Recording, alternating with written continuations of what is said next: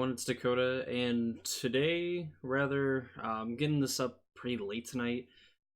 The banned and restricted announcement just came up today, and while it's not for the usual formats of modern, standard, legacy, all that jazz, this is actually a Pioneer banned and restricted announcement. Pioneer is a new format that I believe was created about 2 weeks ago, consisting of sets from the beginning of Return to Ravnica block all the way up to present standard sets. So, what's why are we getting a ban and restricted announcement 2 weeks after a format is been announced? And I'll kind of go over this stuff in the very beginning before we get into the three cards that are banned that you see on your screen. So basically, with Pioneer being a brand new format, and obviously standard being very powerful right now, and modern being at this place where it's like a turn 4, turn 5 format. A lot of decks that are just linear ships passing in the night, other ones that are trying to be interactive but just not seeming to click at certain times.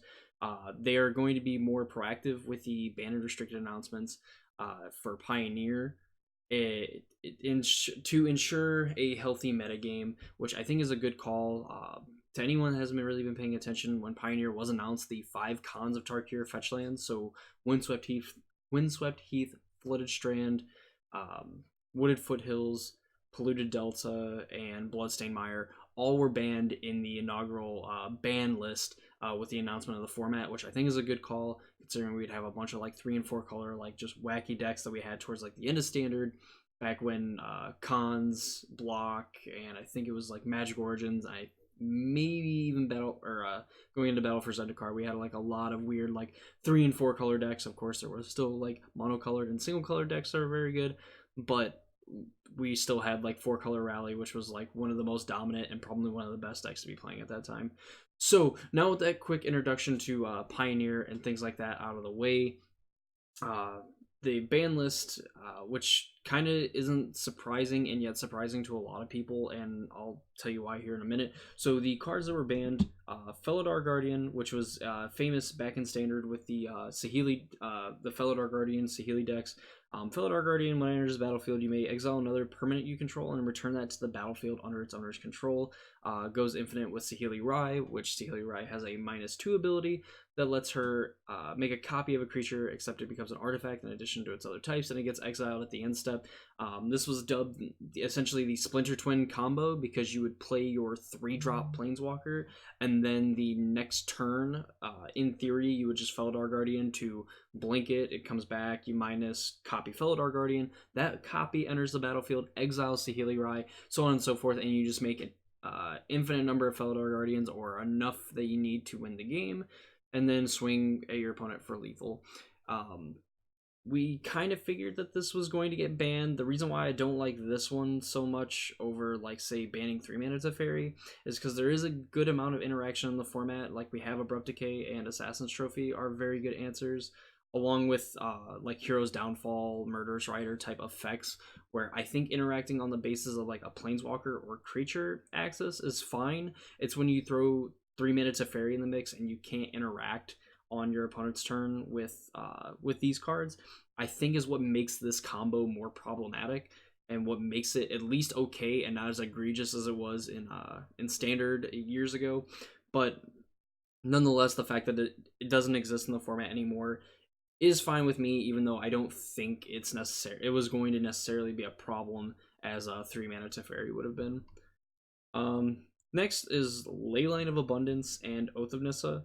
So Leyline of Abundance was like a new card from M20. It works like any of the other ley lines, where if it's in your hand at the beginning of the game, you can put it on the battlefield. Whenever you tap a creature for mana, it adds an additional green, and then you can pay 8 to put a counter on each creature you control.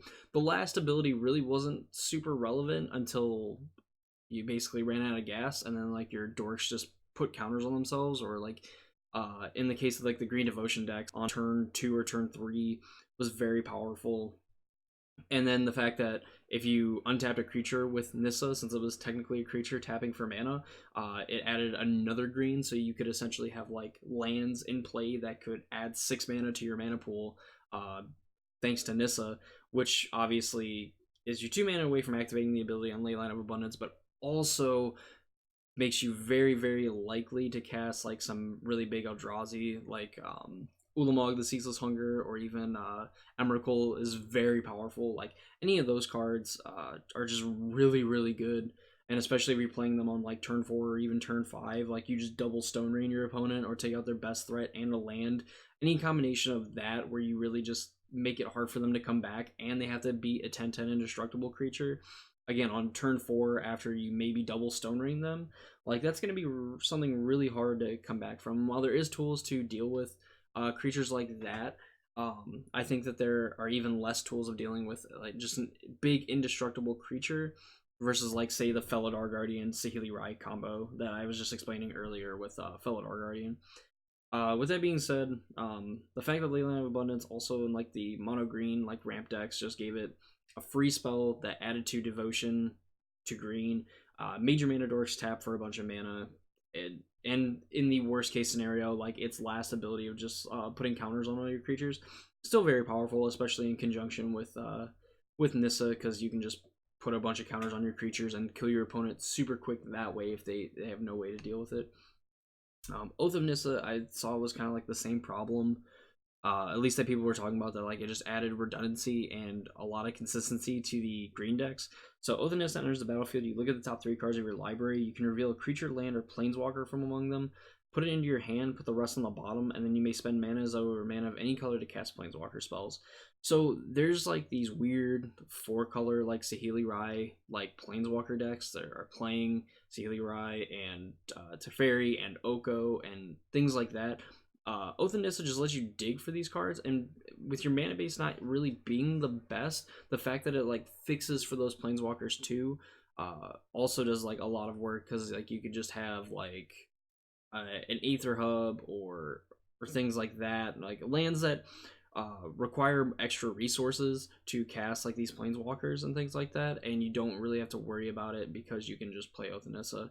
I actually have remember playing a game with the 4-color Saheeli deck and just being able to cast like Teferi and Saheeli off of like non like blue or white lands. Like, while that's not like the most broken thing you could probably be doing in the format, it's still insane that like it just gives you a level of fixing plus like being able to dig for your combo pieces, or just really good like targets with like planeswalkers and creatures, and even just like helping smooth out and hit your land drops too.